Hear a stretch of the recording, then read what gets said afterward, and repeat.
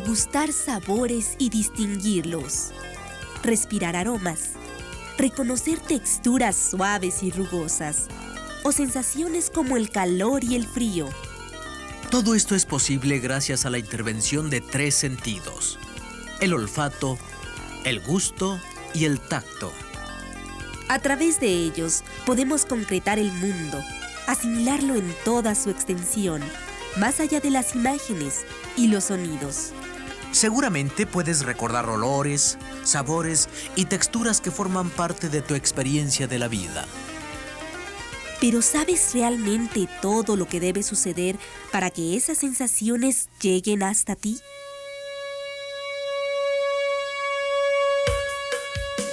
Aunque en muchos mamíferos el sentido del olfato se encuentra muy desarrollado, en el ser humano es apenas un sentido rudimentario.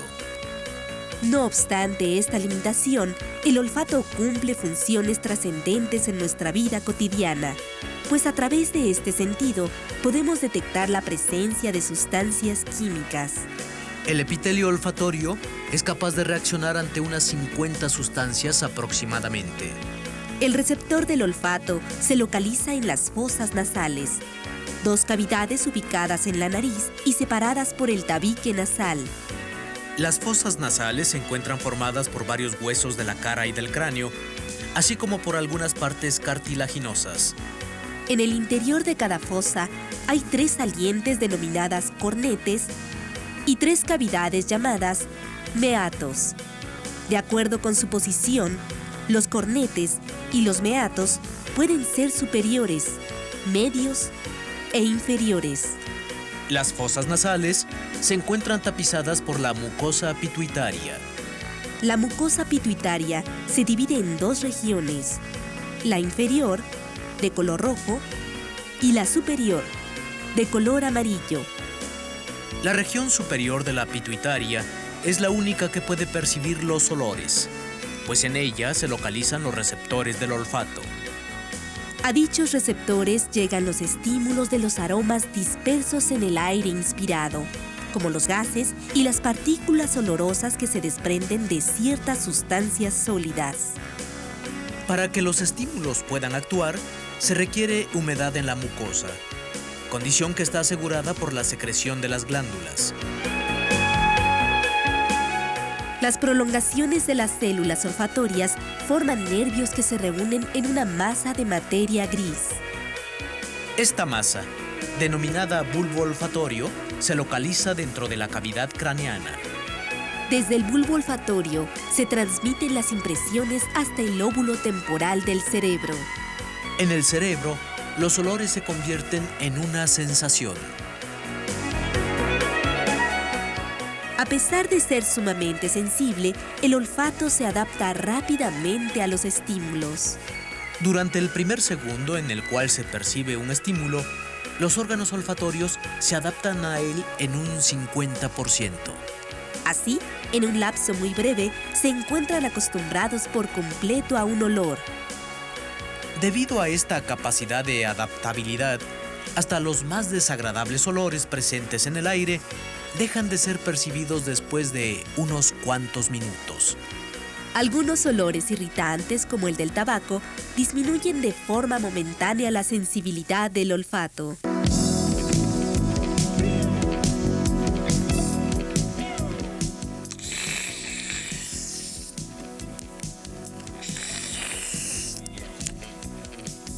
El sentido del gusto se localiza en la boca, en especial en la lengua, el principal órgano receptor de los estímulos gustativos.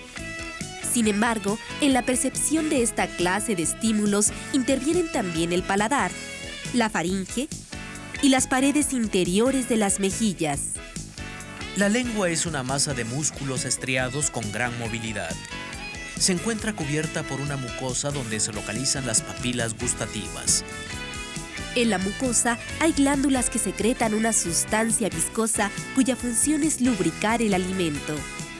Las papilas gustativas son tal vez las estructuras más importantes en la percepción de los sabores. Se ubican en la cara dorsal de la lengua y contienen los corpúsculos gustativos, que reciben las impresiones de los sabores. De acuerdo con su forma y tamaño, las papilas gustativas se clasifican en 4 grupos.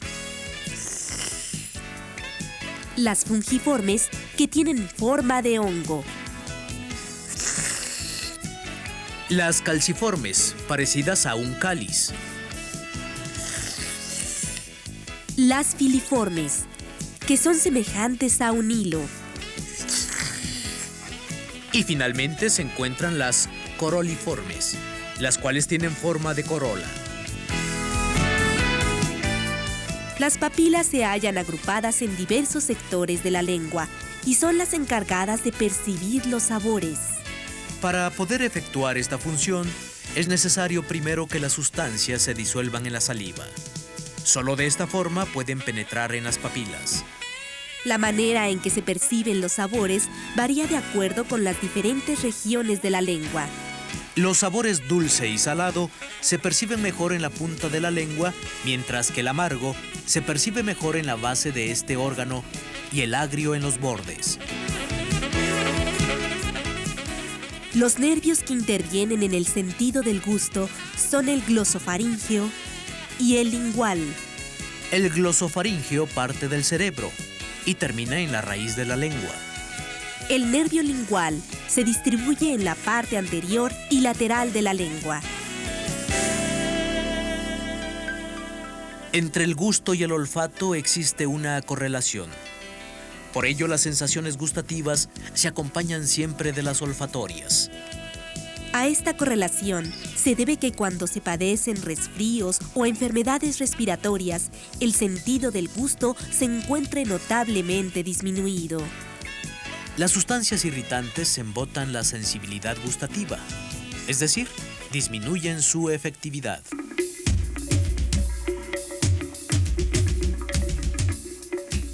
En la piel y en las mucosas se localizan los receptores del tacto o corpúsculos táctiles. Estos corpúsculos perciben sensaciones de contacto, presión, calor y frío. Las impresiones dolorosas se captan a través de las estructuras denominadas terminaciones nerviosas libres. La distribución de los receptores del tacto es irregular. A ello se debe que la sensibilidad sea distinta en diferentes regiones de la piel. La punta de la lengua y las yemas de los dedos son las zonas con mayor sensibilidad táctil, mientras que la espalda es la región con menor sensibilidad. Existen también zonas más sensibles a determinados estímulos. Por ejemplo, las mejillas y los labios perciben mejor el calor. La piel es el órgano de mayor extensión superficial del cuerpo humano. En un adulto puede llegar a cubrir hasta 2 metros cuadrados. Además, es el órgano del tacto. A través de una serie de receptores, capta diversos estímulos. Cada zona de la piel se relaciona por medio de una vía nerviosa con una zona del área sensitiva de la corteza cerebral. De esta manera, el cerebro identifica la naturaleza del estímulo y localiza el lugar exacto donde se ha originado. Los receptores pueden ser terminaciones nerviosas libres o encapsuladas. Las terminaciones nerviosas libres, junto con las terminaciones nerviosas de los pelos, son sensibles al contacto.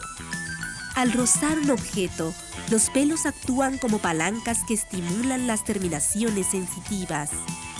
Los corpúsculos intervienen también en la percepción de las sensaciones táctiles. Los corpúsculos de Meissner son muy abundantes en las yemas de los dedos y en la lengua. Su principal característica es que son sensibles al contacto. Los corpúsculos de Vater-Pacini se localizan en la parte más profunda de la dermis.